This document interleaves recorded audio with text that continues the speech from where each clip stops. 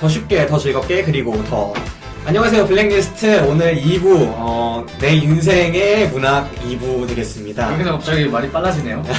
야, 우리가 시간이 마음이 없어요. 급하죠? 여러분들이 1.2배속으로 바꾼 게 아닙니다. 저희가 시간이 없고요. 10위부터 9위, 8위까지 소개하는데 벌써 1시간 반이 지났어요. 그래가지고 우리가 여기 오늘 녹음을 한 4시간 안에 맞추기 위해서는 진짜 서둘러야 할 것 같습니다. 네, 착착 해봅시다. 네, 일단은 들으셨으니까 이제 앞에 말 군더더기 빼고 7위, 안나백님 7위부터 들어갑시다. 예, 저는 노박씨 이야기라는 작은 소설입니다. 아, 진짜 작네요. 이게 동화라고 할 수 있죠. 네. 어른을 위한 동화인데요. 이게 오스트리아의 작가인데 슈테판 슬루페츠키. 이름 어렵네. 어렵다. 잘생기셨네요. 네.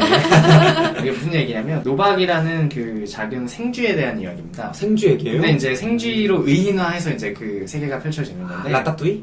라따뚜이? 스튜어트 리틀? 말을 할 수 있습니다. 네. 그거 라따뚜이가 맞겠네. 라따뚜이 말하나요? 조정만 하죠, 이렇게. 아 그렇군요. 스튜어트 리틀은 말했나? 했던 것 같은데, 아닌가? 네. 아무튼 예. 말 끊어서 죄송합니다. 마우스 헌트도 있었죠. 아, 마우스 헌트 있었네. 네. 네. 아, 이게 무슨 내용이냐면 그냥 사랑 이야기예요.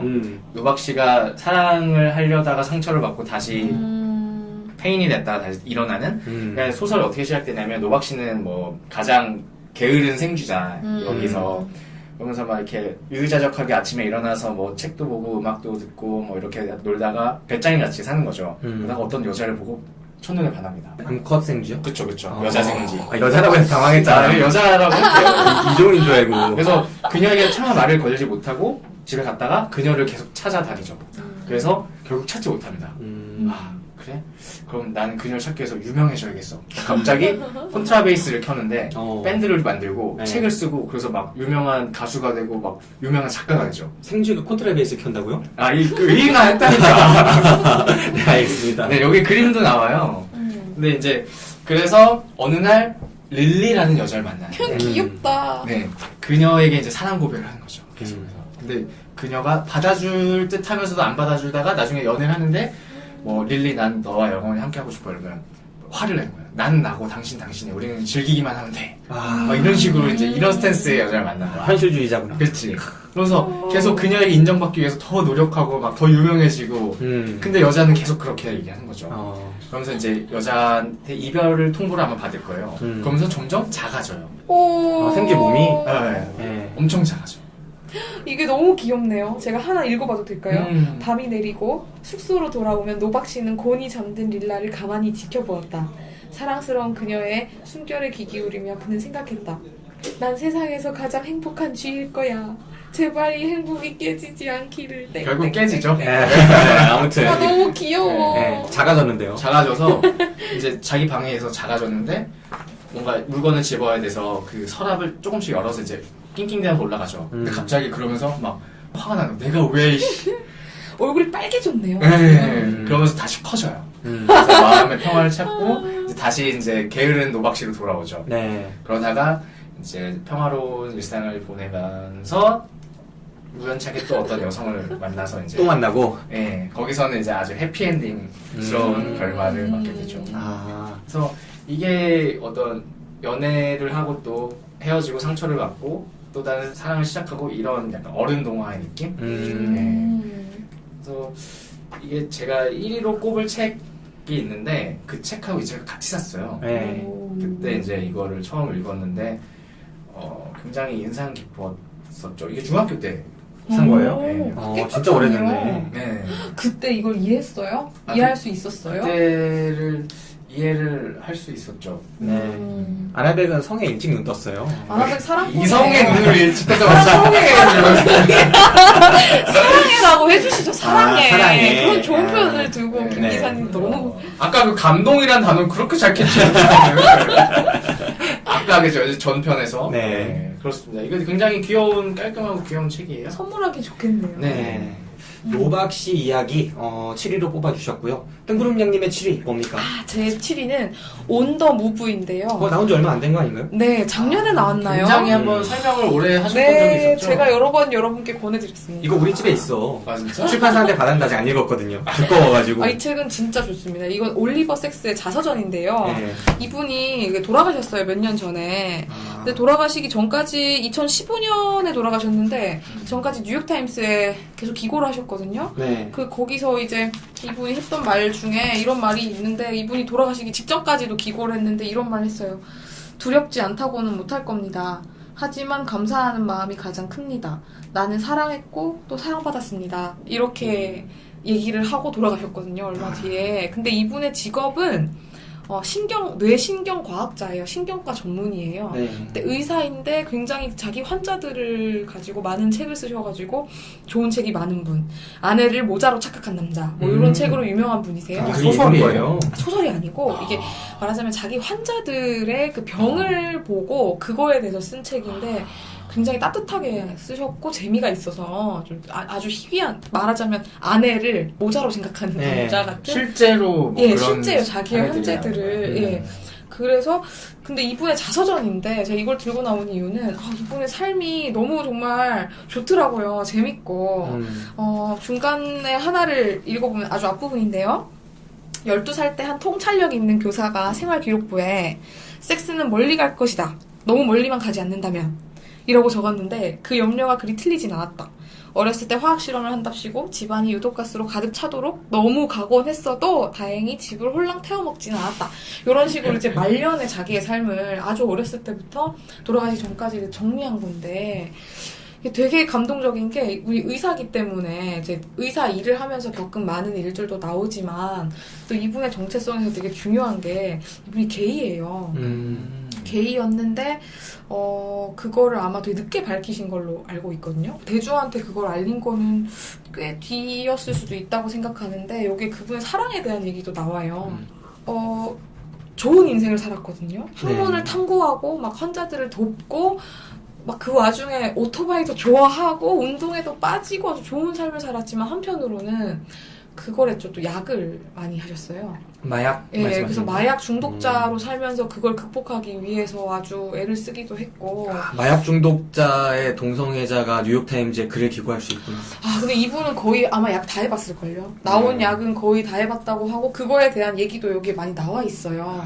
그 얘기들이 아주 좀 재미가 난데, 근데 이분의 삶에서 이제 이 자서전을 보면은 너무 재미가 있거든요. 근데 또 되게 짠하기도 해요. 그러니까 이분이 영국의 아주 유복한 집안에서 자라서 의사가 됐는데 두 가지 이 사람의 인생에 아주 큰 영향을 미친 게 있어요. 하나는 자기가 게이라는 거.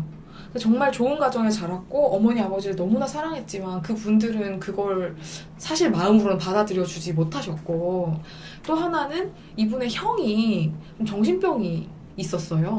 그래서 형을 돌보지 못했다는, 그러니까 런던에 있는 집을 두고 미국에서 이분이 생활하다가 뉴욕에서 돌아가셨는데, 그러니까 형을 피해서, 내가 형을 버리고 그 정신병 있는 형을 감당하지 않고 도피했다는 그 깊은 죄의식이 기저에 좀 있는 분이에요. 그래서 그런 부분이 좀 슬프기도 하고. 근데 여기서 뭐 아주 이분의 삶을 다 얘기할 순 없고 그 짧은 한 가지 기억에 남는 걸 얘기해드리면, 이제 이분이 70 몇 살이 돼가지고 이거를 쓰고 이제 돌아가셨잖아요. 네. 근데 자기 인생을 쭉 얘기하면서 사랑한 얘기가 몇 가지가 나오는데 또 되게 슬퍼요, 그게. 이분이 진심으로 사랑했던 남성들이 이분이랑 뭐 아주 오래 간 것도 아니거니와 또 돌아가신 분들, 되게 젊은 나이 요절한 분들도 있고 그렇거든요. 근데 이 책의 어느 시점에서 이 사람이 한 30대인지 되게 젊을 때예요. 30대 아니면 40대인데 그때 이제 자기랑 사랑했던 남자를 언급하면서 그 남자 사람과 했던 잠자리를 이제 언급을 하면서, 그때는 몰랐다. 이게 내 인생의 마지막 잠자리인 줄이라고 회고를 해요. 그러니까 누구나 모르겠죠. 네, 그쵸. 저도 그 생각을 했어요. 이걸 보면서 정말 알 수 없을 수도 있구나. 평생 그러고 나서 자기가 그 이후에 몇십 년 동안 한 번도 안 할 줄은 본인도 몰랐다는 얘기를 이 책에서 합니다. 되게 솔직하고 재미있는 이야기가 많이 있고요. 그 마약과 관련된 장면도 되게 재미가 있는데, 이분이 약을 끊어야겠다고 결심을 한 순간 했던 에피소드를 소개를 하는데, 이제 나오는 약마다 다 해보다 보니까 이 약은 어떨까 하고 엄청 기대를 하면서 집에서 약을 한 거예요. 근데 너무 반응이 없고 아무 일이 없길래 왜 이렇게 시시하지? 라고 생각했는데 잠시 있다가 친구들이 자기 집에 찾아왔어요. 그래서 어서 와 하고서는 뭐 배가 고프다고 해가지고 뭐 계란 후라이를 해줄까? 뭐 너는 반숙, 너는 완숙 해가지고 계란 후라이를 막 해서 줘요. 근데 계란 후라이를 다 붙이고 야 누구야 뭐 김기사야 안 와? 먹자 하고 돌아섰는데 아무도 없는 거죠. 친구들이? 네. 그래서 환상이 모두가 자기의 환상. 환상인 거예요. 와. 자기가 만들어낸 완벽하게. 쩌는구나. 그래서 그때 이 사람이 자기한테 말을 해요. 아, 올리버 안 돼. 더 이상은 안 돼. 진짜 친구들이 있는 곳으로 나가자. 이렇게 하면서 약을 그만하겠다 생각하는. 그러니까 이분이 이런 종의 모험을 되게 많이 해요. 절제가 되시는 분이에요. 너무 가지 진짜 너무 아니에요. 가지 아니 않네요. 그렇지만 그 이후에 이분이 그걸 즉각적으로 끊었는지는 아니에요. 그런 건 아니고 아마 많은 그 치료에 도움을 받았던 걸로 알고 이거 있고. 미화된 거 아니야 이거? 너무? 그리고 또 이분이 나는 침대에서 내 다리를 주웠다 이런 제목의 책도 썼는데 이분 어떤 경험이 있냐면 오토바이를 너무 좋아해가지고 네. 오토바이를 타고 제가 김 기사가 오토바이를 타는 걸 보고 이 생각을 잠깐 했었는데 네. 큰 사고를 몇 번을 당해요. 그런 거랑 저를 연관시키는 아니 근데 이분은 잘 살아남았으니까. 네. 그래서 한 번은 일어났는데 다리가 막 저쪽에 떨어져 있는 것 같아서 보니 남의 다리인 줄 알았는데 정신 차려보니까 내 다리였던 거예요. 그게. 실제로? 예, 실제로. 그러니까 다리가 완전히 이렇게 절단돼가지고. 틀어져가지고, 아. 예, 완전히 틀어져서 뭐 이렇게 됐겠죠? 네. 뭐 그런 경험도 나오고 하는데 그만큼 뭔가 계속 그런 자극과 이런 것들을 막 찾아다니고 끝까지 해보고 이런 사람이었는데 사실은 그 기저에는 그 자기의 성적 정체성으로 인한 고민과 형에 대한 그 죄책감이 있었다고 계속 거듭거듭 얘기를 합니다. 일단 김기사는 오토바이를 타다 다치진 않고 자전거를 타다 그게 낫죠. 그렇죠. 예, 드라이버가 참 자전거가 참 위험합니다. 네, 그리고 제가 기사를 좀 찾아봤는데 네. 올리버 섹스가 77살의 작가인 빌리 헤이즈를 만나 6년 동안 파트너로 함께했다. 그리고 82세로 세상을 뜨기 불과 몇 개월 전에야 커밍아웃했다. 그랬던 라고 거군요. 써있네요. 예. 네. 아마 이 책을 내면서 커밍아웃을 그 진짜 아, 늦게 그런 거 하신 같아요. 거네. 예, 그런 거 같네요. 말년에야. 아, 이런 거 보면 진짜 평생을 안고 살아야 하는 그런 짐이네요. 그렇죠. 네네네. 음. 그리고 보니까 뭐 계속 나는 항상 혼자 살았다, 일과 결혼했다 이렇게 계속 말해왔다고 그러니까 하더라고요. 저 연인을 만나기 전까지 한 번도 하지 않고 살았던 거에 대한 언급을 했던 걸 제가 깊숙이 기억을 하고 있나 봐요. 되게 근데 이걸 전체적으로 보면 너무 좋은 삶이다 이거. 인생에 호기심이 충만하고 정말 사람들을 위한 것들을 하고 그런 삶이었다라는 느낌을 받게 되어요. 그래서 아 나도 이 인생이라는 모험을 좀 더 즐겁게 살아볼까라는 느낌을 주는 그런 책이었습니다. 그렇게 살고 있나요? 그렇게 살아야죠. 근데 제가 보기에는 그렇게 살 조건은 완벽하게 갖춰지지 않았을까. 그치, 직업도 그렇고. 그럼요. 그런 조건을 어떻게 아세요? 제가 방금 김 기사님한테 그래서 그런 조건이 뭐냐고 했더니 일 그만두니까 너무 좋다는데요? 아니, 그러니까 물론 기자잖아요. 그러니까 기자가 되게 좋은 그런 삶에 있어서 정말 좋은 직업인 건 맞잖아요. 그렇죠. 그러니까 두 분 그 왜 그만두셨어요? 아니 그만두니까 더 좋더라고. 그러니까 일을 안 하는 건 좋아요. 아, 근데 예, 그러니까. 기자가 다른 직업에 비해서는 좀 더 방대하게 뭐 아까 말한 그 호기심 충만한 삶을 충족시킬 수 있는. 네, 나의 그런 삶도 하죠. 되게 가까이서 들여다볼 수 있고 정말 괜찮은데 그만두는 게 더 좋더라. 네. 남의 삶은 가까운 듯이 멉니다. 네. 그렇죠. 그렇죠. 힘들죠. 그래서. 예. 네. 네. 7위까지 들었습니다. 저도 7위 말씀을 드려야 되는데 네. 저는 사실 한국 소설가 누구 제일 좋아해 하면은 저는 항상 조정래 씨 이야기를 늘 합니다. 네. 조정래 씨 인세가 제일 높아서 제 롤모델이라서 그런 건 아니고요. 아, 네, 알겠습니다. 네. 조정래 씨의 그 대화 소설 이제 세 개 진짜 유명하죠. 처음 태백산맥, 그 다음에 아리랑, 한강, 뭐 시대 순으로 하면 아리랑, 태백산맥, 한강이 될 테지만 그거를 이제 제가 고등학교 때 몰아봤어요. 고등학교 때 몰아보면서 큰 충격을 받았어요. 아, 세상에 이런 소설이 있구나. 그 당시에 이런 대하소설을 왜인지 모르게 대하소설은 왠지 무협지 가면은 책방에 무협지 가면은 막 1권부터 30권까지 있고 막 그렇잖아요. 그래서 판타지도 그렇고 그래서 좀 가벼운 것들만 대하소설로 쓰고 진짜 인생에 큰 뭔가를 깨달음을 주거나 충격을 주거나 나의 삶을 뒤집어 놓을 정도의 어떤 감동을 주는 것들은 다 짧은 소설들에 있다라는 그냥 왠지 모를 생각을 갖고 있었어요. 약간 드라마가 영화에 비해서 좀 가볍다. 약간 그런 네. 뉘앙스. 그런 생각으로 늘 갖고 있었는데 그냥 제 친구가 막 읽고 있었던 것 같아요. 그래서 그거를 이제 우연히 제가 한강이라는 작품을 봤어요. 그 다음에 태백산맥, 그 다음에 아리랑 이렇게 시대 역순으로 봤는데 너무 재밌는 거예요. 일단은 너무 재밌고 그 당시에 한국에 그러니까 한강이 다루고 있는 뭐 유신 시대나 뭐 그 시점이고 그 다음에 태백산맥 같은 경우에는 여순 사건부터 시작해서 그 이후에 펼쳐지는 이야기, 뭐 빨치산류의 그런 이야기고 아리랑 같은 경우에는 일제시대부터 6.25까지의 이야기인데 그 당시에 한국 현대사를 되게 가까이서 볼 수 있는 그런 책이라는 데 일단은 되게 매력을 느꼈어요. 그리고 이 대하소설이다 보니까 주인공들이 매우 많아요. 주인공들이 돌아가면서 나오는데 뭐 아리랑, 제가 뽑은 아리랑 같은 경우에는 저는 아리랑이 제일 좋아하는데 12권이죠. 이 소설 같은 경우에는 친일파부터 독립운동가 그리고 그 당시에 뭐 평범한 민초들 그리고 일본 사람들 수많은 캐릭터들이 등장을 해서 그 사람들의 직업군을 대표하는 혹은 신분군, 계급군을 대표하는 그런 행동들이 펼치는 것 같아요. 네. 그리고 막 이런 이야기들이 정말 많이 벌어지는데 내가 미처 몰랐던 역사에 소설을 통해서 쉽게 다가설 수 있게 한다는 엄청나게 큰 장점이 있고 또 매우 재미있다는 그 다음 장점이 있고 제일 좋았던 게 제가 역사에 관심이 있었거든요. 그래서 이 소설에 다루고 있는 역사들을 되게 많이 알고 있었지만 이 소설이 새로웠어요. 그 이유는 역사책에는 삶이 안 보이거든요. 네, 역사책에서는 역사적 사건과 그 사건들을 기술한 역사가들이 중요하다고 생각한 그런 지점들이 있죠. 바솔룡가 이게 또 나왔네요. 네, 그런 테마들이 있는데 그 소설을 읽으면서 보이는 거는 나라를 잃어서 일제한테 짓밟히는 그런 사람들 그 다음에 그걸 되찾기 위해서 온갖 위험을 무릅쓰고 나서는 사람들 그 다음 친일을 선택해서 득세하는 사람들 그러면서 죄책감을 느끼는 사람도 있고 죄책감이 없는 사람도 있고 또 이것에 전혀 문제의식을 느끼지 않는 일본 사람들 수많은 사람들이 존재하는 거예요.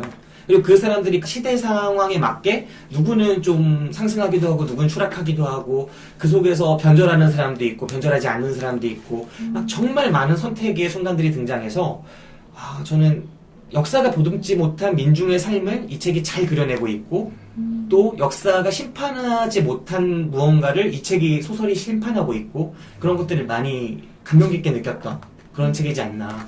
그리고 묘사가 조정래 소설에는 정말 좋아요. 묘사가. 저는 아직도 그 아리랑에서 수탈하잖아요. 곡물들 같은 걸 수탈하기 위해서 철도를 놓고 그 다음에 군산항 같이 그전엔 발달하지 않았던 전라도 쪽에 항구를 만들어가지고 곡창지대에다가 군산항 앞에다가 이제 가마니로 쌀가마니로 어마어마하게 실어오는 거예요. 그래서 그 앞에 크게 이제 광장을 펼쳐놓고 거기에다가 쌀을 막 크게 쌓아놓는 그런 장면들을 묘사했던 게 아직도 잊혀지지가 않아요. 네, 그래서 참 매력 있는 작품이었다. 철길이 깔리고 항구에 쌀가마니가 있고 사람들 수저까지 다 뺏어가서 막 녹이고 막 이런 것들, 네, 그런 것들을 참 인상 깊게 봤습니다. 이 아리랑이라는 소설에 대해서 작가의 말에서 이런 말을 남겼어요. 읽어드리면 조국은 영원히 민족의 것이지 무슨 주의자들의 소유가 아니다. 그러므로 지난날 식민지 역사 속에서 민족의 독립을 위해 피 흘린 모든 사람들의 공은 공정하게 평가되고 공평하게 대접되어 민족 통일이 성취해낸 통일 조국 앞에 겸손하게 바쳐지는 것으로 족하다. 나는 이런 결론을 앞에 두고 소설 아리랑을 쓰기 시작했다. 그건 감히 민족 통일의 역사 위에서 식민지 시대의 민족 순환과 투쟁을 직시하고자 하는 의도였다. 역사는 과거와의 대화만이 아니다. 미래의 설계가 또한 역사다.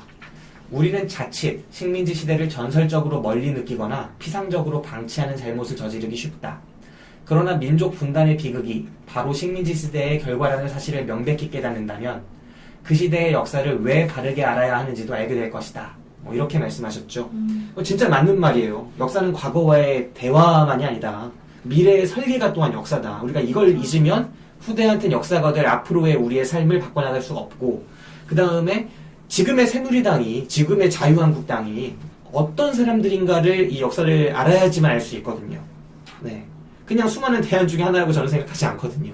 그런 것들을 이 책을 읽으면 많이 느낄 수 있는 부분들이 있어요. 정말 좋게 봤습니다. 조정래라는 작가가 원래 소설 문학의 꿈을 품고서 자기의 삶을 쓰기를 원했던 작가가 아니었어요.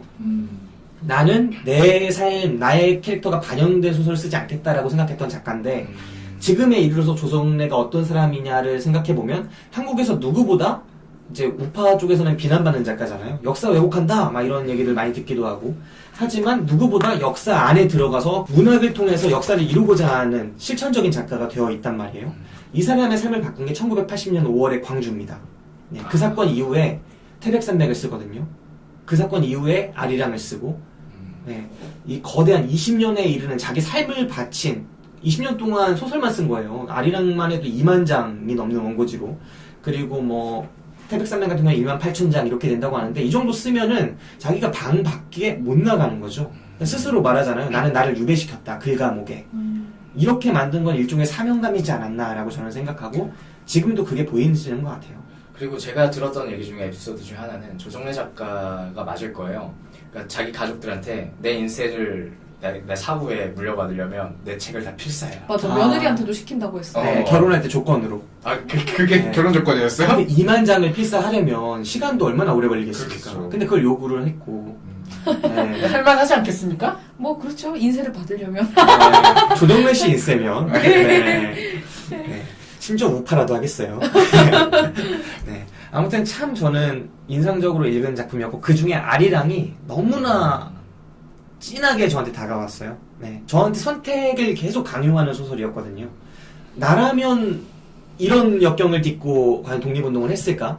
이거를 계속 물어보는 작품이었고 많이 울었던 것 같아요. 소설을 읽으면서. 사실 전 대하 소설이라고 하니까 이제 토지를 읽어보려다가 몇 장 못 읽고 이렇게 역시 아나베님 저와 넘어갔는데, 비슷하시네요. 예. 그래서 이제 조정래 작가의 작품들도 아예 그냥 생각도 안 했던 것 같아요. 네. 한번 사실 시도를 한번 해볼까라는 생각이 제가 드네요. 토지를 못 읽었었어요. 근데 그 못 읽던 토지를 취업준비생 때 읽었는데 드디어 토지가 저와 만난 거죠. 너무 좋더라고요. 그래서 사실 오늘 토지를 꼽고 싶었는데 못 꼽은 이유는 제가 그 4번까지밖에 못 봤어요. 그럼 뭐야.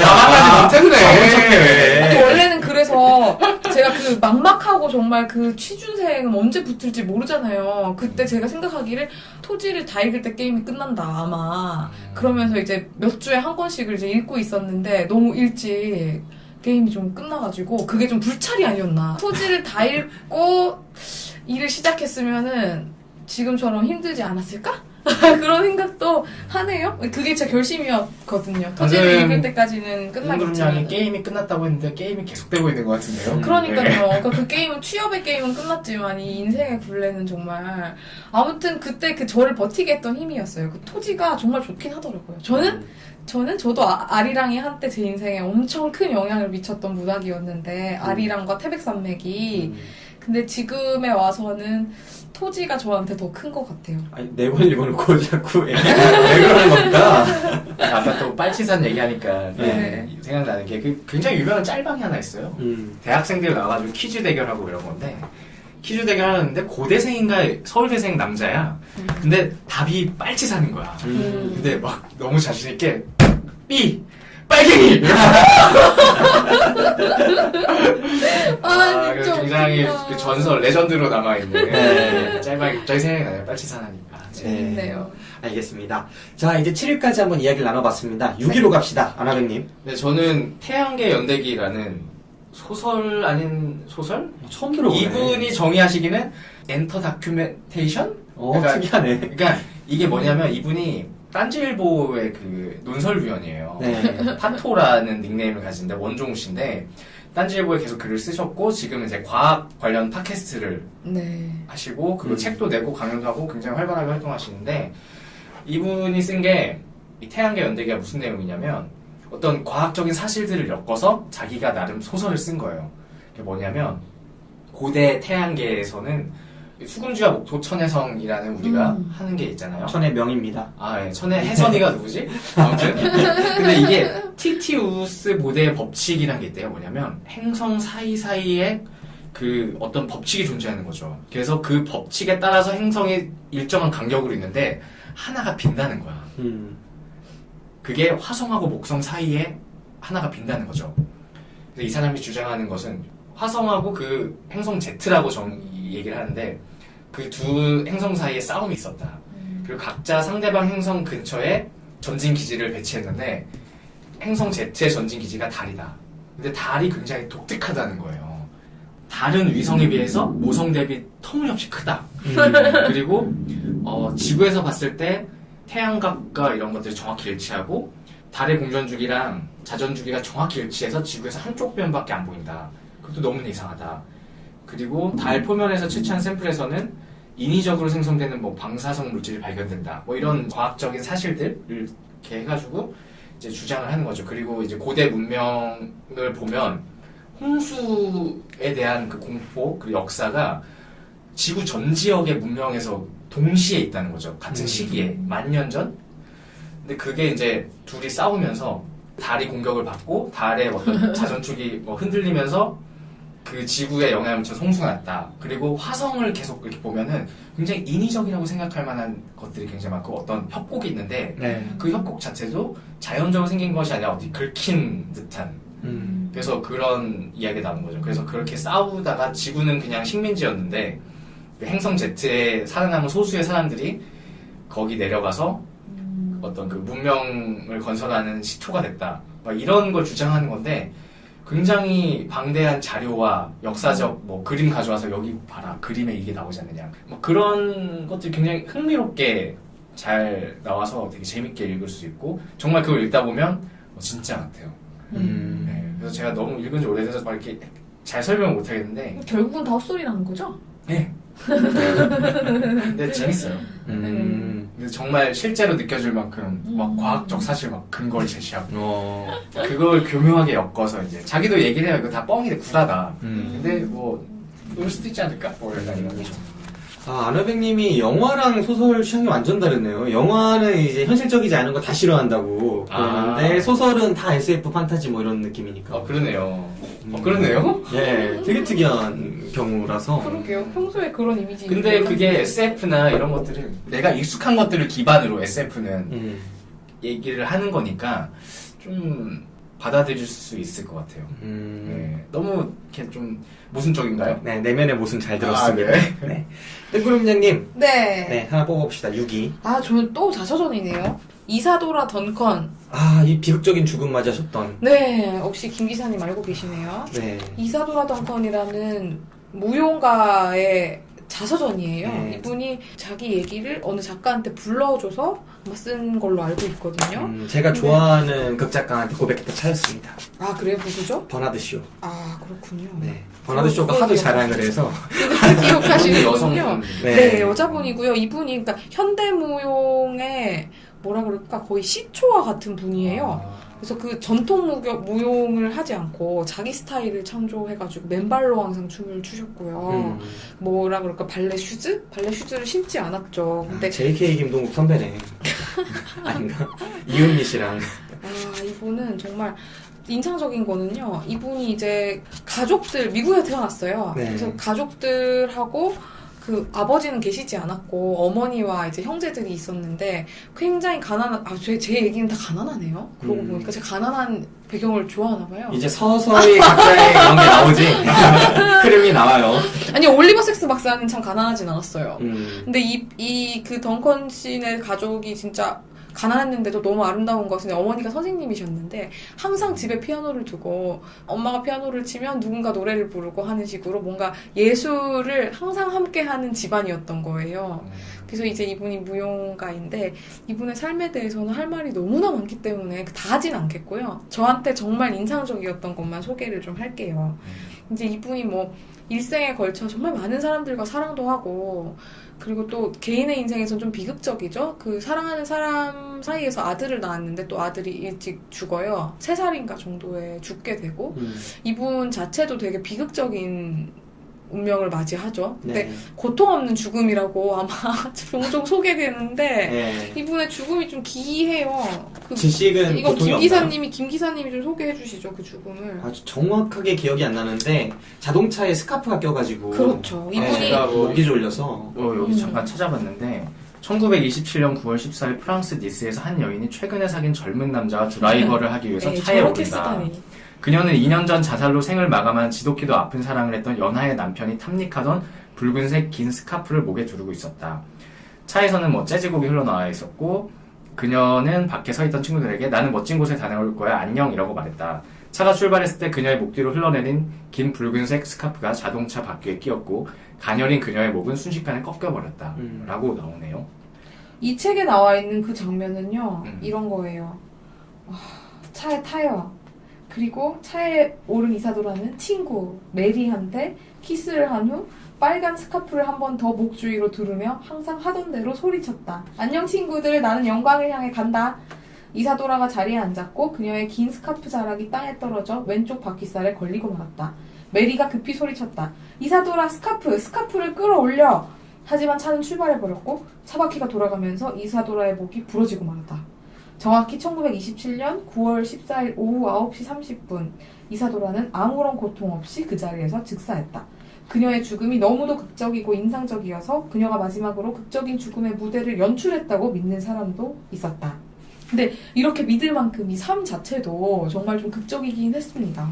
파격과 파격의 무용수로서 그 미국에 떠나서 유럽 세계를 다 놀라게 하고 러시아를 놀라게 하고 뭐 그랬던 사람인 거죠. 그리고 그 와중에 많은 사람들을 만나서 사랑했고 헤어지고 상처받고 했었는데 제가 제일 감동했던 거는 이 가난한 가족이 예술을 사랑하는 모습이었어요. 근데 여기서 좀 인상적인 게 이 사람이 아직 명성을 얻기 전이에요. 영국을 너무 동경을 해가지고 영국으로 갑니다. 이제 미국 사람인데 이 미국 가족이 영국으로 가요. 유럽으로 가야겠다 해서 가는데 돈이 없잖아요. 그래서 호텔에서 먹튀를 해요. 먹튀를 또 하고 근데 이분이 뭐 사치를 한다고 뭐 그런 고상한 취향으로도 뭐 비난을 받았던 걸로 알고는 있는데 그러니까 자기가 좋아하는 것을 숨기지 않는 사람이었는데 근데 너무 근데 예술을 정말 좋아했고 아름다운 것들을 너무너무 좋아했던 것 같아요.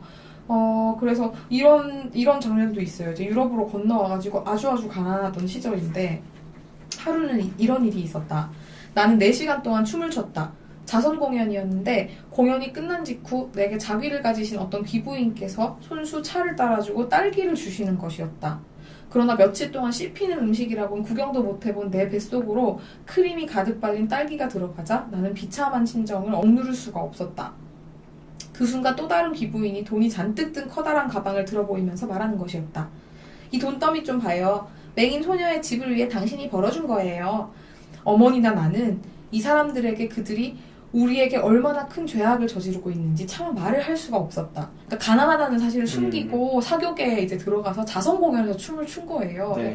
자기들이 돈을 벌어줬지만 그 되게 배가 고픈 상황을 이렇게 표현을 하고 있는 것이고 이렇게 하다가 나중에는 뭐 돈을 버시기도 하고 그런데요. 요 바로 직후에 요런 또 장면이 있어요. 우리는 대부분의 시간을 대형 박물관에서 보냈다. 그 동생인 레이먼드는 그곳에서 그리스의 항아리와 조각품의 형상들을 모두 스케치했고 나는 그것들을 춤으로 표현해보려고 노력했다. 발의 리듬과 그리스 신화에 나오는 움직임과 디오니소스적인 것을 조화시킨 어떤 흐름을 만들어내려는 것이었다. 우리는 또 대형 박물관 도서관에서도 매일 하루 몇 시간씩을 보냈다. 그리고 휴게실에서 둥근 빵과 우유를 탄 커피로 점심을 먹었다. 하면서 이 다음에 먹튀한 얘기가 막 나옵니다. 돈이 없어가지고 호텔에서 그 온 가족이 자고는 막 그 맨발로 뛰어나와서 막 도망을 치고 이런 얘기들이 있어요. 근데 너무나 인상적이었던 거는 그런 와중에도 항상 이 삶의 중심에 예술이 있었다는 거. 그게 참 저에게는 생소했어요. 생소하다고요? 네, 생소했어요. 우리가 살면서 예술을 되게 중요하다는 걸 알게 되는 건 되게 나중의 일이었고 항상 이 먹고 사는 문제와 뭐랄까요 체면과 명예와 이런 것들을 앞세워 살아왔던 저에게 좀 되게 이 사람의 젊은 시절 가난했을 시절의 이 가족의 정말 순수한 예술에 대한 열정이 너무 재미가 있었어요. 근데 이 자서전이 꽤 두껍지만 이분의 삶이 워낙에 독특하고 좀 재미가 있어가지고 굉장히 잘 읽힙니다. 사랑했던 본인이 얘기도 쓴 많이 건 나오고요. 아니죠? 불러줬다고. 이걸 불러줘서 누가 정리를 한 걸로 알고 있어요. 네. 근데 마지막 부분에는 이제 그 스카프에 끼어서 그 세상을 떠나게 되는 그 부분은 그 작가가 쓴 것이고, 예. 네. 그 자서전이 네. 어떤 부분에서 이제 문학적으로 좋다고 생각했어요? 문학적으로는 이 사람의 삶의 모든 부분이 담겨 있지는 않을 텐데. 내용면에서? 네, 어떤 부분을 담았을까 하는 것이. 근데 문장도 썩 좋아요. 이걸 번역하신 분이 구휘서 선생님인데요. 이분은 그 7, 80년대에 한국에서 한 모든 연극을 다 보신 분이에요. 그게 가능해요? 그걸 다 보시고 연극 읽기라는 책을 내셨는데요. 한 번은 제가 그 시리즈를 그냥 랜덤으로 꺼내서 펼쳤더니 1980년대인지 70년대 신촌거리가 나왔는데 제가 그 김 기사님도 그렇고 우리 셋 다 공교롭게도 신촌에서 좀 네. 많은 시간을 보냈는데 그 최루탄 연기가 매캐한 신촌의 한 소극장에서 연극을 보던 날의 감상을 적어 놓으셨더라고요. 근데 이분이 그 문화적으로도 중요한 일을 되게 많이 하셨는데 이분께서 이 이사도라 덩컨의 자서전을 번역했다는 것도 저한테는 좀 원래 기자 출신이세요. 네. 좀 상징적인 일이었고 문장도 좋습니다. 네. 네. 알겠습니다. 이사도라 덩컨이라는 책 소개해 주셨습니다. 저는 6위로 뽑은 책이 모든 인간은 죽는다예요. 저 얘기 하실 것 같았어요. 네, 이 책은 제가 이제까지 평소에 우리 블랙리스트에서 많이 소개한 책들을 많이 빼기 위해서 노력을 했거든요. 그런데 모든 인간은 죽는다는 도저히 뺄 수가 없더라고요. 네, 일단은 제가 소개할 10권의 책 중에 유일하게 여자 작가가 쓴 책입니다. 네. 심지어. 네, 그게 첫 번째고, 그 다음에 이 소설을 읽었을 때 충격 같은 게 가장 큰 소설 중에 한 편이기도 했어요. 어떻게 하면은 자신이 생각하고 있는 그 사상, 철학, 이런 것들을 작품 속에 온전히 녹여낼 수 있을까? 이런 것들을 고민하고 있던 차에 이 소설이 그 답을 보여주는 듯 했거든요. 작가는 시모네 드 보부아르, 진짜 유명하죠? 샤르트르와 함께 그의 아내였던 것으로도 유명하고 더 알려져 있지만, 저는 이 소설을 읽은 다음부터 실존주의나 뭐 여러 가지 철학적인 측면에서도 보부아르가 샤르트르보다 늘 딸려 나오는 것, 부속품처럼 그렇게 하는 것을 절대 인정할 수가 없는, 네. 그렇게 생각하는 저에게 있어서 그런 작가입니다. 보부아르 하면은 이제 그 당시에 프랑스의 다방 문화라고 해야 될까요? 그 커피, 카페 문화. 다방 문화가 뭡니까? 카페. 네, 살롱 문화에서 좀 나와서 이제 카페 문화 같은 게 발달하고 가난한 이제 작가들이 집 밖에서 글을 써야 되는데 영감도 받으면서 글을 써야 하는데 돈은 없고 그래서 한 곳에서 죽치면서 오래 버텼던 그런 카페가 있었다고요. 그때 그 카페 중심에 이 보부아르가 있었습니다.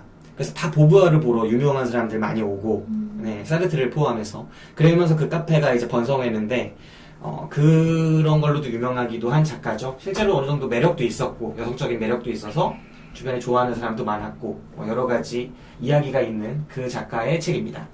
이 소설이 어떤 이야기인지 먼저 말씀을 드릴게요. 그, 별그대 드라마 있잖아요. 네. 별그대랑 어느 정도 유사해요. 영원히 사는 남자의 이야기입니다. 소설의 주인공이 레몽 포스카라는 남자입니다. 레몽 포스카라는 남자가 옛날에 성주로 나와요. 판타지 소설의 성주처럼 소설 처음에 자기네 성이 이탈리아 도시국가의 어느 성인데 그 멸망 직전에 있는 거예요. 적군이 막 쳐들어와요. 그래서 마지막 남은 이제 외성 다 무너지고 내성만 남아있는데 부하가 가문 대대로 내려오는 불멸의 약을 가져오는 겁니다.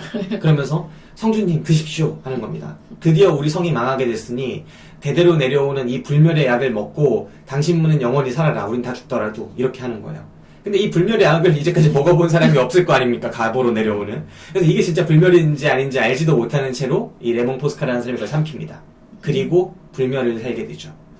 그리고 나서 알게 되는 것이 수백 년을 살면서 알게 되는 것이 이 불멸이라는 것이 선물이 아니라 내게 생지옥을 보여주는 것이구나 라는 걸 알게 돼요.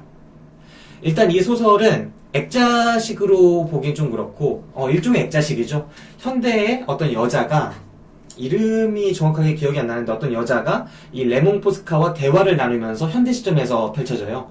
이 여자는 배우를 꿈꾸는 젊은 여자고요. 그리고 레몽 포스카의 이야기를 들으면 들을수록 이게 진짜라는 걸 믿게 될수록 이 사람의 삶을 동경하게 되죠. 맞아. 나도 영원해지고 싶다. 하지만 레몽 포스카는 자신의 삶 전체를 통해서 이런 것들을 안 좋다는 걸 알게 되거든요. 무엇이 안 좋냐? 저한테는 이제 뜬구름냥님이 오늘 하루 종일 해주신 말씀, 이제까지 뽑아주신 작품들이 이걸 가리키는 것 같아요. 뭘까요? 결핍. 결핍의 소중함을 보여주는 것 같아요. 다 결핍이 있었던 것 같아요. 이사도라 덩컨도 그렇고, 그렇네요. 올리버 섹스도 그렇고, 찰리도 그렇고, 그리고 원데이에 나오는 작품도 그렇고, 다 결핍을 갖고 있는 사람들이 어떤 삶의 방식, 자신만의 어떤 무언가를 통해서 그 결핍을 딛고 일어서거든요. 그게 내부적으로 온 것이든 외부를 통해 온 것이든. 근데 이 레몽 포스카는 삶에 결핍이 있을 수가 없는 사람이야. 영원히 살기 때문에. 심지어 자기가 가진 돈을 다 잃어도 결핍되지가 않아요. 왜냐면 난 영원한 삶을, 죽지 않는 삶을 갖고 있거든. 그래서 자기가 하루에 1센트씩만 모아도 결국 자기는 이 삶에 조급함도 없어요. 심지어 잘생기고 건장하지 않아요. 네, 그래요. 이 사람은 어떤 왕국, 프랑크 제국이라고 하죠, 역사 속에. 그 프랑크 제국에서 되게 높은 위치까지 가기도 하고요. 그리고 왕국의 진짜 왕이 되기도 하고 되게 유명한 사람이 되기도 해요. 그렇게 됐을 때 자식들이 그거를 빼앗으려고 어떻게 하려다가 무너지기도 하고 그 다음에 자기가 정말로 사랑했던 여자들이 늙어서 변해서 이제 떠나거나 죽거나 이런 모습들도 보고 그러니까 그 수많은 삶의 아픔들을 겪으면서 달성하고 싶은 것도 없는 지경에 이제 도달하죠. 이사도라 덩컨이 그 어려움 속에서도 예술을 추구하면서 그 즐거움을 느꼈던 게 이 사람한테는 더 이상의 자극이 되지 않는 거예요. 나는 이미 이루고 싶은 거 다 이뤄봤는데 그게 좋지 않더라. 뭔가 그리스 신화에 나오는 신들이 되게 권태롭잖아요. 맞아. 예, 그런 것처럼 자기가 갖고 있는 능력에 대해서 100을 갖고 있잖아.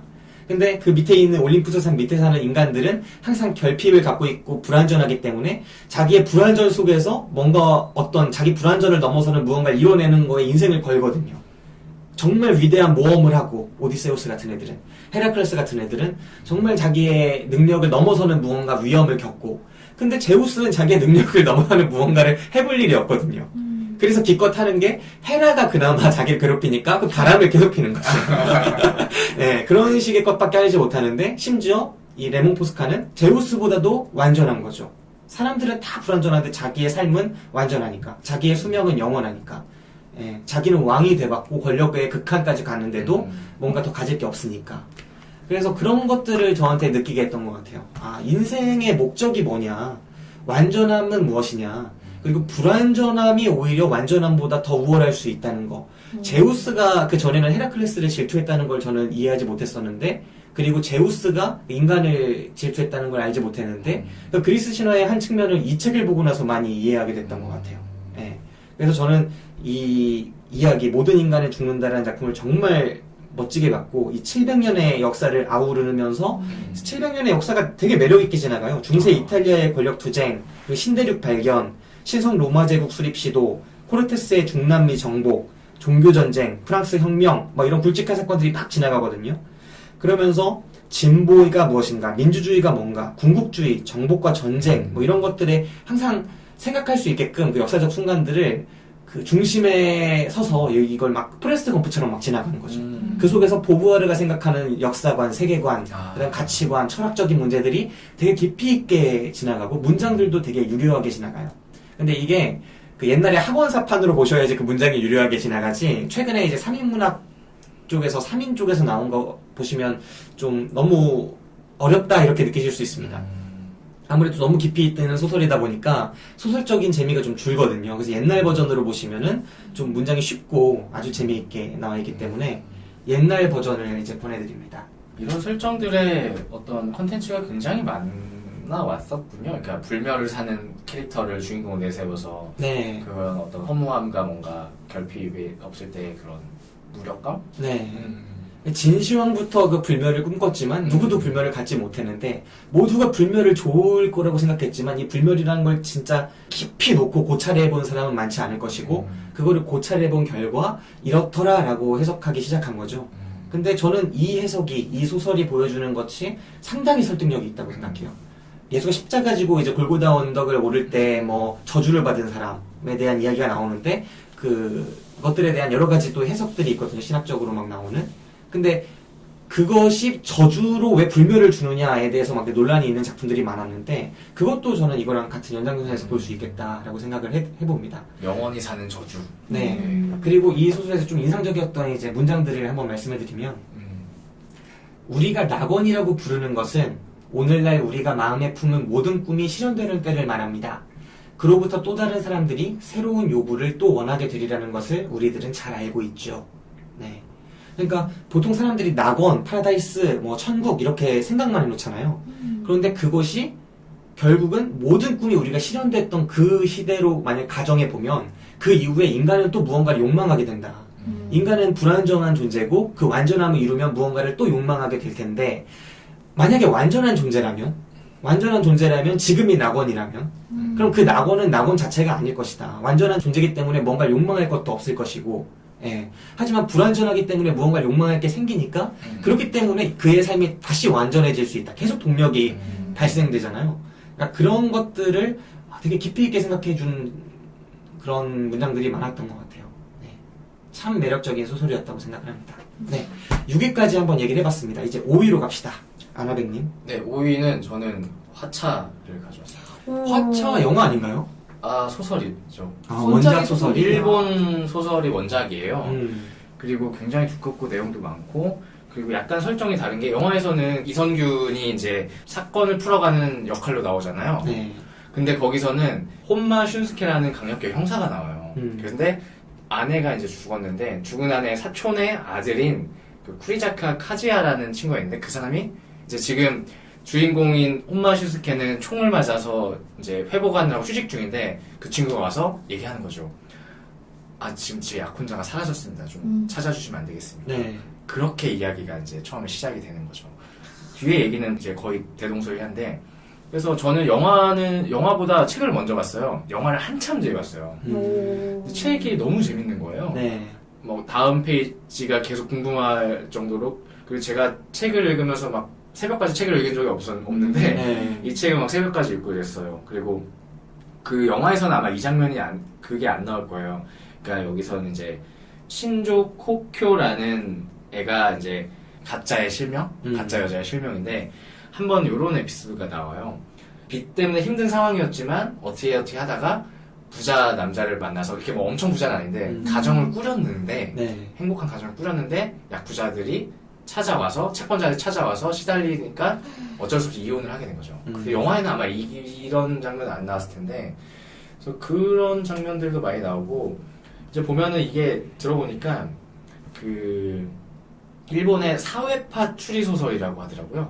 그런 장르가 있어요? 네, 그러니까 추리소설인데 사회적인 이슈를 정면으로 다룬 거죠.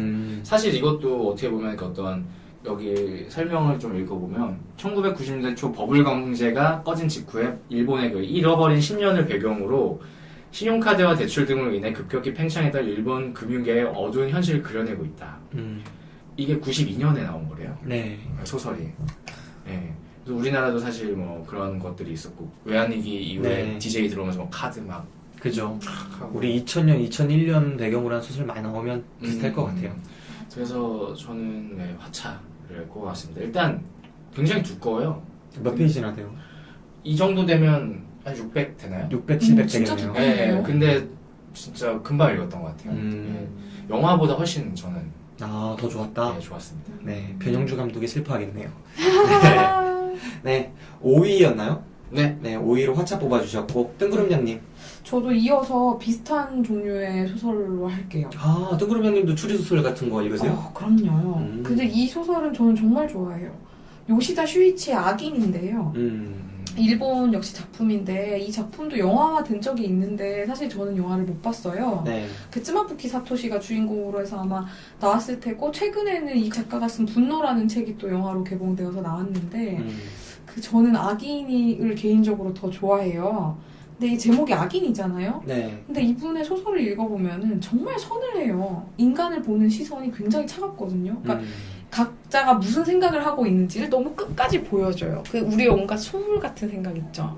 그 질투와 막 이런 것들을 너무 끝간데까지 보여줘서 되게, 이 사람은 사람을 싫어하는 사람인가 했는데 책을 덮을 때쯤에는 진짜 이 사람은 정말 인간을 사랑하는구나라는 거를, 인간을 낙관하는구나라는 걸 알 수 있는 좀 그런 놀라운 작가거든요. 이 소설의 내용은 먼저 살인사건이 일어나요. 그러니까 후쿠오카와 사가를 연결하는 263번 국도의 미스세 고개, 밤에 아주 사람 인적이 없는 고개에서 여자 시체가 발견이 돼요. 근데 이 여자는 살해되던 날에 동료들과 술을 마셨고, 술을 마신 다음에 남친이랑 만날 거야 라고 거짓말을 하고 헤어집니다. 사실 그 장면도 되게 서늘하게 나와요. 이 여자가 이제 자랑을 하고 싶었던 거죠. 나는 인기가 많은 여자야 라는. 그래서 친구들한테 남친 만날 거야 라고 했지만, 사실 이 사람이 만나기로 한 상대는 남친이 아니라 그 만남 사이트에서 알게 된 남자예요. 근데 이 여자는 또 심지어 다른 좋아하는 남성이 있어요. 근데 그 남자는 너무 눈이 높고 잘생기고 막 그렇다 보니까 조건 만남 사이트에서 그 알게 된 그 막노동을 하는 남자를 만나러 간 거죠. 그러고 나서 시체로 발견이 된 거예요. 그래서 이제 경찰은 이제 이 여자가 원래 남친 만나러 간다고 했던 남자는 되게 번듯하고 막 의대생이었던가요? 뭐 그런 남자여가지고 경찰은 그 사람을 범인으로 찍고 쫓아가기 시작을 해요. 그러면서 이제 이 사건에 관련된 모든 사람들이 나와서 관련된 이 사건에 대한 얘기를 하는 건 아니고요. 그 주인공들이 다 다뤄져요. 그 전화를 받은 엄마, 아빠부터 해서 그 같이 술을 마셨던 친구들, 막 죄책감에 시달리는 친구들부터 해서 막 이 사건을 접했을 때 다들 어떻게 이제 반응을 하는지를 찬찬히 보여주는데 알고 보면은 그 범인은 하여간 그 조건 만남 했던 범인이 맞아요. 예상대로 그 사람이 범인인데 알고 보면 이 남자 사람도 그렇게 나쁜 사람은 아닌 거죠. 그 도주해서 막 그 어떤 다른 여자 사람과 사랑하고 이런 얘기도 나오는데 처음에는 너무 나쁜 사람 같아요. 조건 만남 사이트에서 만난 여자를 무참하게 죽이고 근데 알고 보면 사연이 있어요. 또 다 각자 그 왜 이렇게 살인을 할 수밖에 없었는지와 억울한 면과 이런 것들이 있는데 그런 걸 너무 잘 그려가지고 마지막에 가면은 이게 사실은 이 사람은 악인이 아니구나라는 거를 알게 해주는 작품이고 그렇다 보니까 이후에 우리가 신문기사에서 건조하게 누가 누구를 죽였고 동기는 뭐다라고 할 때 그런 것들을 좀 다시 보게 하는 책이 되었어요. 네, 악인. 네. 정말 말 많이 들었는데 요시다 수이치의 악인. 아나백님은 들어보셨어요? 아니, 잘 못 들어봤습니다. 네, 저도 읽고 싶네요. 저 안 읽어봤었는데. 네, 꼭 읽어보세요. 제가 세세한 내용을 묘사해드리기보다는 네. 그 처음에 책장을 열었을 때 서늘함과 덮을 때 그 뭔지 모르게 정말 이 사람은 인간을 정말 따뜻한 시선에서 바라본다라고 하는 그 느낌이 참 독특합니다. 네, 요시다 수이치의 악인이었고요. 저는 5위로 뽑은 소설 중학교 때 처음 읽었고 진짜 충격을 받았습니다. 제가 원래 소설가가 제 인생의 첫 번째 꿈이었던 걸로 기억을 하거든요. 그거를 적게 만든 두 편의 소설이 있는데 한 편이 노인과 바다, 네. 다른 한 편이 이제 지금 말씀드릴 파트리스 주스킨트 작가의 향수. 네. 그렇군요. 저도 어렸을 이걸 때 좋아했죠. 꼽을까 말까 고민했거든요. 네, 전 진짜 훌륭한 작품이라고 생각해요. 이 상위권 쪽에는 이렇게 최신 작가의 작품이 저는 없거든요. 그 중에 가장 이제 최근 사람이면서 높은 순위에 있는 작가가 이제 파트리스 주스킨트입니다. 그리고 저는 이것조차 저한테도 저평가받은 거라고 생각해요. 더 올릴 만한 작품인데 위에 있는 작품이 좀 저한테 준 영향이 더 커서 이렇게 한 거고요. 일단은 향수라는 콘트라베이스라는 작품도 유명하지만 향수는 진짜 훌륭한 소설이라고 생각하는 게 책 자체가 이야기가 일단 긴장감 있게 쫙 진행되죠. 네. 주인공인 그르누이라는 애가 등장을 해요. 그루누이. 장 바티스트 그르누이. 얘가 냄새에 대해서 되게 천재적인 능력을 타고났는데 이 애가 자기만의 향수를 만들어서 그 향기로 온 세상, 온 사람들을 다 매혹시킨다는 이야기입니다. 설정 자체가 민감한데 자기는 향이 없어. 맞아요. 네. 사람들이 이 사람 뭔가 이상한데? 라고 느끼는데 네. 보통 사람들은 다 자기만의 향이 있는데 얘는 그 향이 없다. 그래서 낳은 엄마조차 얘를 버리고 그 다음에 유모들도 얘를 거부하고 막 이런 사태가 벌어지죠. 그래서 힘든 어린 유년기부터 해서 쭉 겪게 돼요. 근데 그런 아이가 이제 온 세상을 매혹시키는 향수를 만들고 그 향수 알고 보니 이 향수가 사람들을 통해서 만들었다. 25명의 사람을 죽여서 만든 거죠. 그래서 일종의 향수를 만들기 위해서 그 수단으로 살인을 선택한 엄청난 천재의 이야기. 뭔가 꿈을 꾸고 있는데 그 꿈을 이루기 위해서 살인을 선택할 수밖에 없었던 어떤 아이의 이야기죠. 그걸 천재라고 표현하셔서 좀 놀랍네요. 저는 사이코패스라고 생각했는데. 저는 일종의 천재이기도 하고 사이코패스라고 그렇죠. 볼 수도 네. 있죠. 사회에 부적응하는 그런 것일 뿐이지. 네. 맞아요. 일단은 작가인 파트리스 주스킨트에 대해 얘기를 드리고 싶은데 1949년생입니다. 네, 이제는 노년에 접어든 분이고요. 이분이 1985년에 만들었어요. 나이가 이제 저랑 비슷비슷합니다. 네. 그래서 아주 이렇게 오래된 작품은 아니고요. 이분이 되게 특이하세요. 파트리스 주스킨트 찾아보면 문학상 후석 경력이 거의 없습니다. 네. 왜냐? 아까 셀린저 은둔하고 막 고소한다, 막 자기에 대해 언급하면 이렇게 말씀드렸는데 셀린저는 이제 파트리스 주스킨트에 비하면 양반입니다. 이분 자기한테 상 주면 화내요. 그리고 자기에 대해서 조금이라도 밖에다가 언급하면 부모랑도 연을 끊습니다. 아, 정말요? 가족이랑도 연을 끊고 그래서 알려진 게 절친들도 없어요? 알려진 게 거의 없는 작가고요. 오. 이분이 왜 이 소설을 썼는지, 이 소설에 어떤 의미를 부여했는지 이런 것도 거의 나와 있는 게 없어요. 심지어 출판사가 이제 출판사를 통해야 작품이 사람을 만나니까 출판사가 그걸 원하잖아요. 출판사가 이렇게 살살 해도 안 나옵니다. 네, 정말 이분을 취재하면 문학의 대스타가 될 수 있습니다. 문학의 기자로서. 저도 되게 좋아했었어요. 존머 씨 이야기나 DP의 강요 같은 작품들을 좋아했던 기억이 납니다. 저도 이 작가 책을 되게 많이 읽었어요. 한창 제가 책을 처음 읽은 게 고1 때 처음 읽었는데 그때 뭐 비둘기나 맞아. 한참 많이 나왔죠. 로시니 혹은 누군가 잤냐 문제 그런 거. 아. 그 기억이 나요. 그러니까 맞아, 되게 그 강박적 책도. 비둘기라는 작품 기억이 나는데 주인공이 비둘기가 너무 두려워서 집에 못 들어가고 약간 그런 내용이었던 것 같고. 일단은 이 책의 일부 첫 문단을 한번 말씀을 드릴게요. 이 책이 가장 인상적이었던 거는 전 결말부였다고 생각하지만 첫 문단을 이야기해드리는 것도 되게 유의미할 거라고 생각합니다. 그리고 이 문단이 또 유명하기도 해요. 18세기 프랑스에 한 남자가 살고 있었다. 이 시대에는 혐오스러운 천재들이 적지 않았는데 그는 그 중에서도 가장 천재적이면서도 혐오스러운 인물 가운데 하나였다. 이 책은 바로 그 사람에 대한 이야기이다. 사드나 생쥐스트, 푸시에나 보나파르트 등의 다른 기이한 천재들의 이름과는 달리 장 바티스트 그루누이라는 그의 이름은 잊혀져 버렸다. 물론 그것은 오만, 인간에 대한 혐오, 비도덕성, 뭐 이런 한마디로 사악함의 정도에 있어 그르누이가 그 악명 높은 인물들에 뒤떨어지기 때문은 아니다. 단지 그의 천재성과 명예욕이 발휘된 분야가 아무런 흔적도 남기지 않는 냄새라는 덧없는 영역이었기 때문이다. 뭐 이렇게 하면서 시작되는데 되게 매혹적이잖아요. 그렇네요. 지금 보니 정말 매혹적이에요. 네, 냄새에 대한 천재가 도대체 뭐지? 네, 이렇게 생각하게 되는. 네. 이 소설에서 등장하는 정말 이색적인 장면들이 너무나 계속 이어질 수밖에 없어요. 그렇기 때문에 이 캐릭터가 특이하기 때문에 정상적인 우리가 흔히 일반적이라고 할 만한 그런 이야기들이 거의 안 벌어지고 다 특이한 이야기만 벌어집니다. 그루누이가 최초의 살인을 하게 되는데 불꽃놀이를 보러 나갔다가 어떤 여자의 채취를 맡게 돼요. 근데 이제까지 한 번도 맡아본 적 없던 놀랍도록 아름다운 향기에 감탄하게 되죠.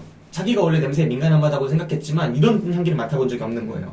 그래서 필사적으로 그 향기의 근원인 여자를 찾아가서 이렇게 쭉 따라가다가 그 여자한테 발각되죠. 되게 이상하게 미친듯이 쫓아오니까.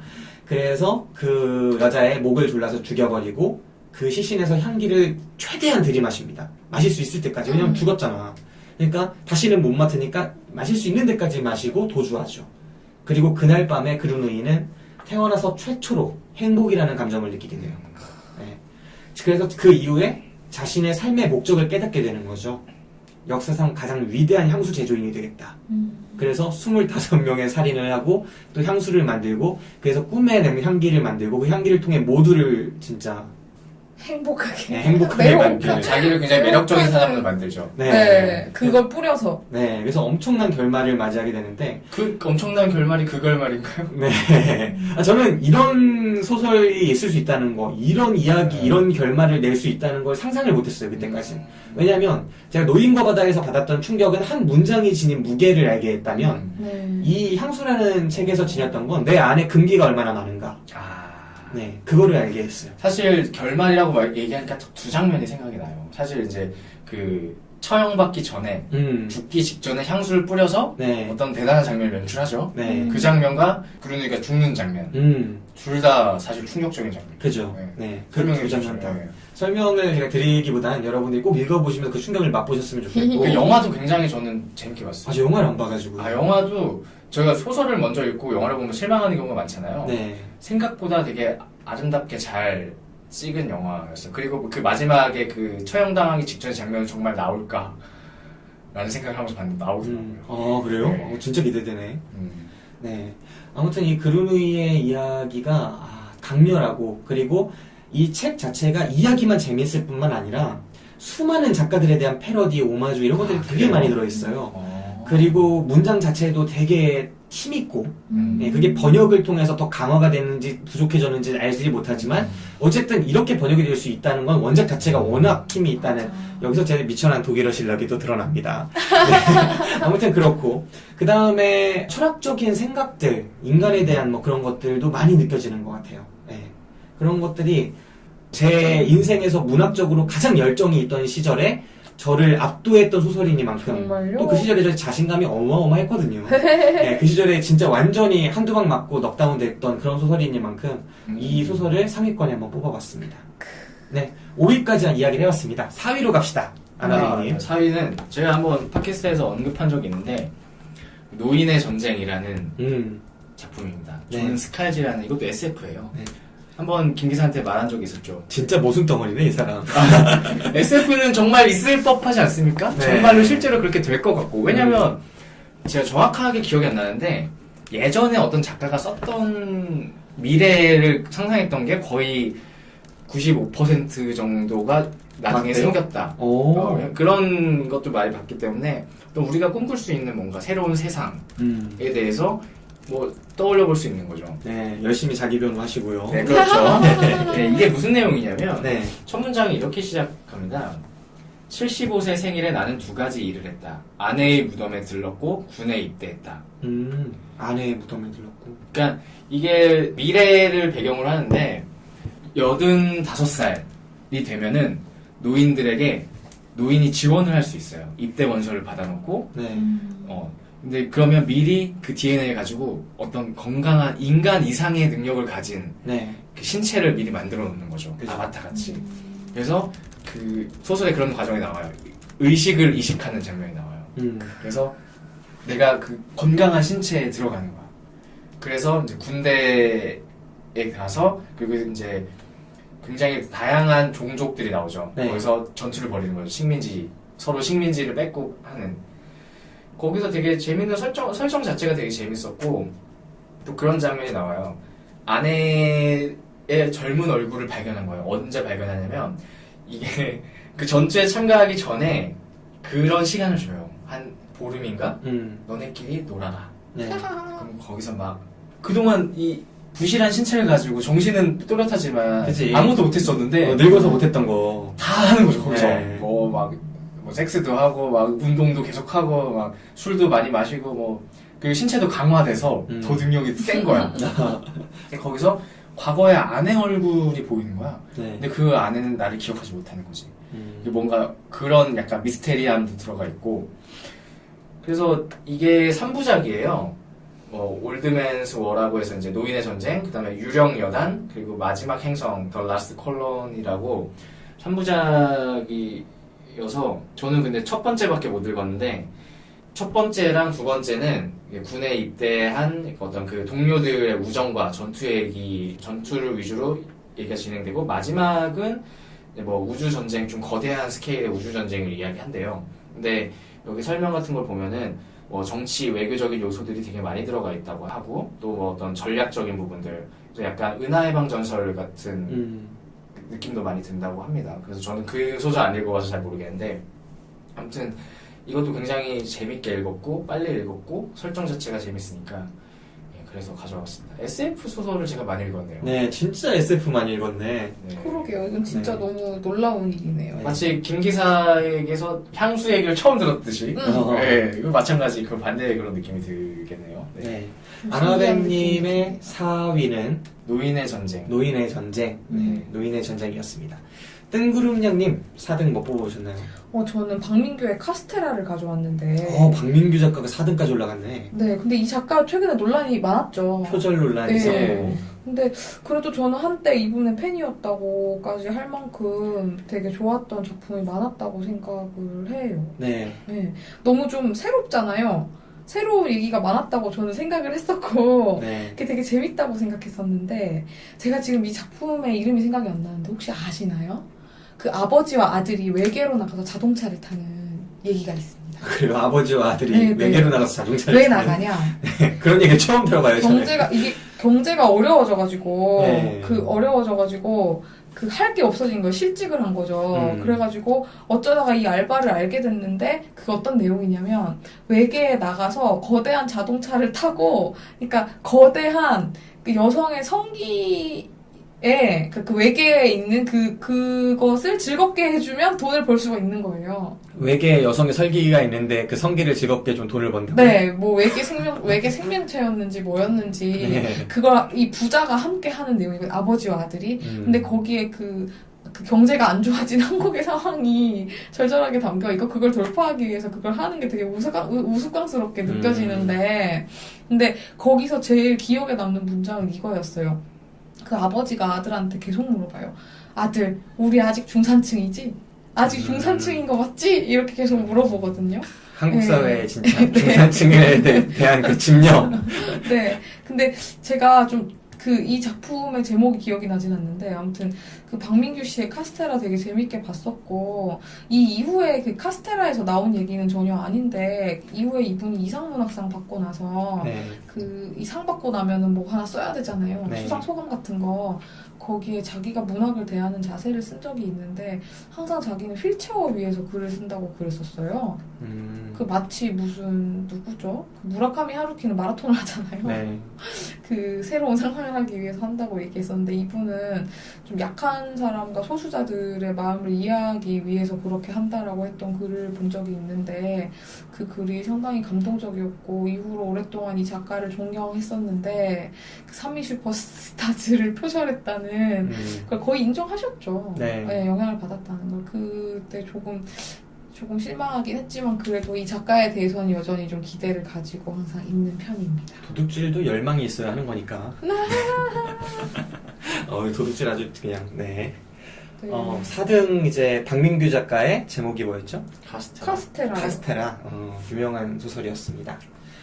4등까지 이야기를 한번 들어봤고요. 저도 이제 4등 마무리가 되겠네요. 저의 4등은 뭐냐면, 앙투안 드 생텍쥐베리의 모든 사람이 아는 최고의 베스트셀러 어린 왕자 되겠습니다. 네. 생텍쥐베리 하면은 이제 인간의 대지, 야간비행, 뭐 여러 가지 작품들이 있는데 어린 왕자하고는 비할 바가 못 되죠. 워낙 유명한 작품입니다. 생텍쥐베리의 이제 3부터 잠깐 얘기를 드리면은 저는 뭔가 선원 출신이거나 비행사 출신이거나 이러면 너무 끌려요.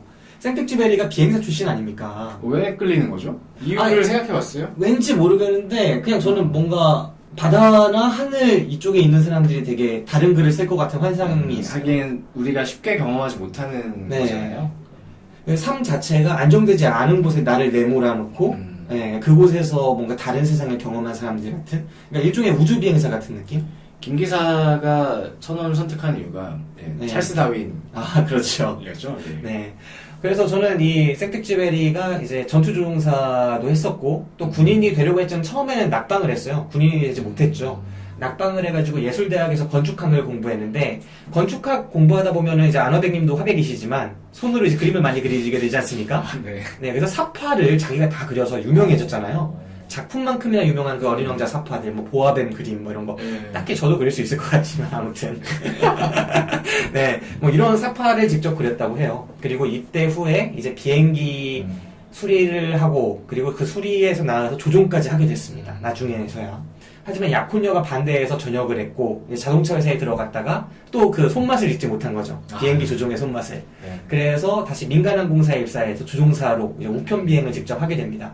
이때 그런 기억들, 경험들이 야간 비행이라는 작품 그리고 뭐 그런 걸로 나오게 된 거죠. 그러다가 또 전쟁이 나서 다시 군인으로 지원했는데 44살의 나이에 실종이 되게 됩니다. 네.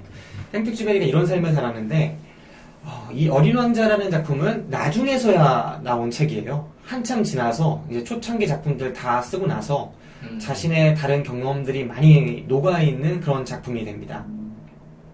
이 책을 제가 좋아하는 이유는 생텍쥐베리라는, 그러니까 남들이 보지 못하는 시야로 세상을 봤고 그리고 남들이 하지 못한 경험을 했고 또 그 속에서 많은 생각을 했을 법한 이 사람이 자신의 평생에 걸쳐서 느끼고 생각했고 그랬던 것들을 약간 우화적인 성격의 글 속에 정말 잘 녹여냈다라고 생각해서인 것 같아요. 네, 그 속에 사랑이 있고 꿈이 있고 그 다음에 동심이 있어요. 마치 호밀밭의 파수꾼에서 느껴졌던 셀린저의 그런 순수와 그 다음에 세상과의 그런 대립, 세상으로 편입되고 싶지 않은 순수한 무언가에 대한 추구, 이런 것들이 어린 왕자에 녹아있잖아요, 초반부에.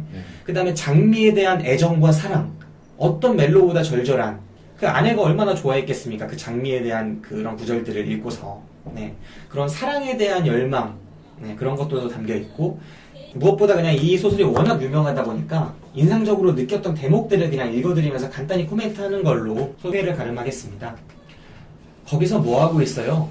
수많은 빈 술병들과 꽉 찬 술병들 앞에 조용히 앉아있는 주정뱅이를 발견하고 어린 왕자가 물었다. 술을 마시지? 음산한 어조로 주정뱅이가 대답했다. 이렇게 연기하면 안 되네. 술을 마시지. 왜 술을 마시는데요? 잊기 위해서. 뭘 잊으려는 건데요? 벌써 그가 불쌍해진 어린 왕자가 물었다. 부끄러운 걸 잊으려고 고개를 숙이며 주정뱅이가 털어놓았다. 뭐가 부끄러운데요? 그를 도와주고 싶은 어린 왕자가 물었다. 술을 마시는 게 부끄러워. 말을 끝낸 주정뱅이는 결정적으로 입을 다물어버렸다. 이런 상황이 사실 삶에서 보면 되게 많아요. 사람들이. 왜 술을 마시냐? 잊기 위해서. 뭘 잊으려는 건데? 부끄러운 걸 잊으려고. 뭐가 부끄러운데? 술 마시는 게 부끄러워. 그러니까 사람들이 무너지고 삶 속에서 계속 무너지잖아요. 그 중산층 유지하려다가. 계속 무너지면은 자기가 어느 순간 뭘 목적해서 살았는지도 잊어버리고 뭔가 메비우스의 띠처럼 자기의 삶을 계속 파괴해요. 근데 그런 경우가 진짜 많은데 이 순수한 어린 왕자가 그런 주정뱅이를 마주하고 자기가 해소할 수 없는, 자기 해결해 줄 수 없는 어떤 문제를 가진 사람을 만나는 이런 장면이 되게 어렸을 때 크게 다가왔고, 또 나이가 들어서 읽으면 읽을수록 이 대목이 더 크게 오는 것 같아요. 그리고 길들인다는 게 무슨 뜻이야? 다들 잊어버린 건데 관계를 만든다는 뜻이지. 여우가 말했다. 그러니까 여우와 그 어린 왕자의 대화입니다. 네, 되게 유명한 대화인데 친구를 찾는 어린 왕자가 이제 길들인다는 의미에 대해서 이제 물어보는 거죠. 난 친구를 찾고 있어. 길들인다는 게 무슨 뜻이야? 다들 잊어버린 건데 관계를 만든다는 뜻이지. 여우가 말했다. 관계를 만든다고? 그렇지. 나에게 너는 아직 수많은 다른 아이와 다를 바 없는 한 아이에 불과해. 난 네가 필요 없어. 너도 내가 필요 없지. 너에게 나는 수많은 여우와 다를 바 없으니까. 하지만 네가 나를 길들인다면 우리는 서로를 필요로 하게 될 거야. 너는 나에게 세상에 하나뿐인 존재가 될 거야. 나는 너에게 세상에 하나뿐인 존재가 되고. 네. 이게 보통 이 책 읽으신 분들이 이 어린 왕자가 만나는 수많은 대상들, 그러니까 앞에 주정뱅이도 있고 뭐 꽃도 있고 많이 있지만 그 중에서도 여우한테 되게 큰 강렬한 인상을 받거든요. 왜냐면은 그 여우가 어린 왕자한테 하나의 그 진실을 전수해줘요. 본질은 눈에 보이지 않고 길들인 것에 대해서는 책임을 져야 한다. 이 어린 왕자를 관통하는 이 주제에 대해서 전수해주는 게 여우기 때문이죠. 이 대목도 참 관계에 대해서 생각해보신 분들이라면 되게 크게 느낄 법한 이야기라고 생각을 합니다.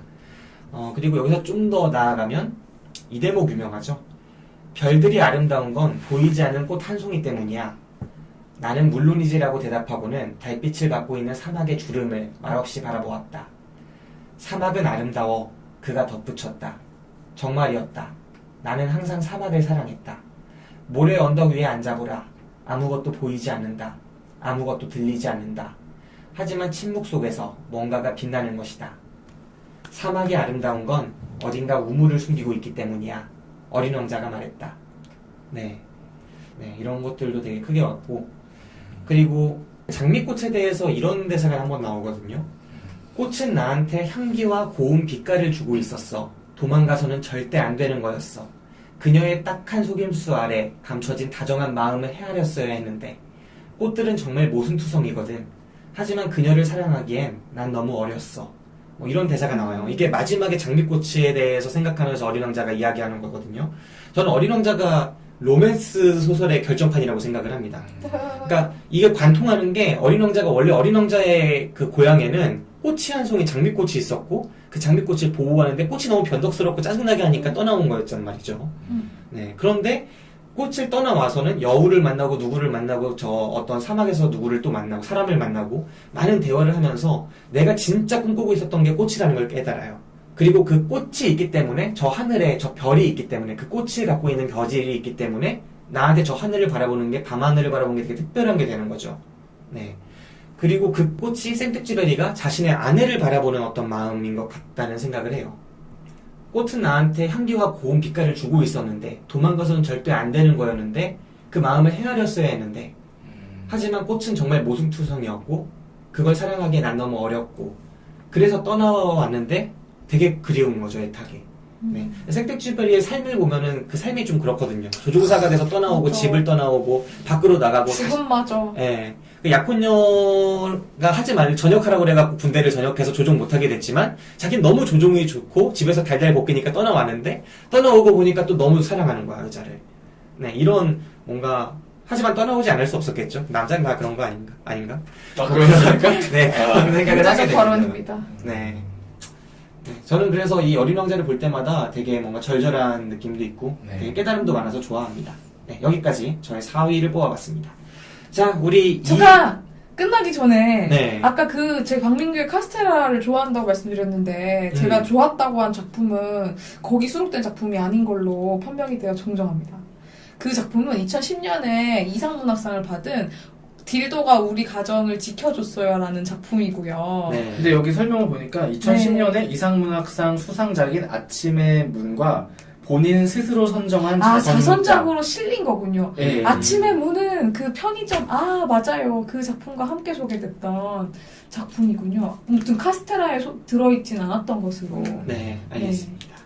자, 착오 없으셨으면 좋겠네요. 네, 죄송합니다. 블랙리스트 오늘 특집 방송 2부 여기서 마치고 3부에서 또 뵙겠습니다. 저는 김기사, 아나백 뜬구름 양이었습니다. 블랙리스트와 함께 오늘을 즐거워합시다.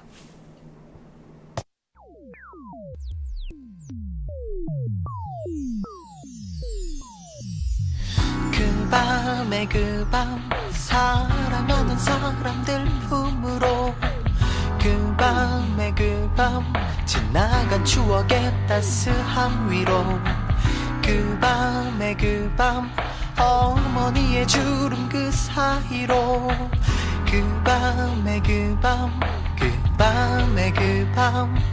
따뜻한 별빛이 내린다 샤라랄라랄랄라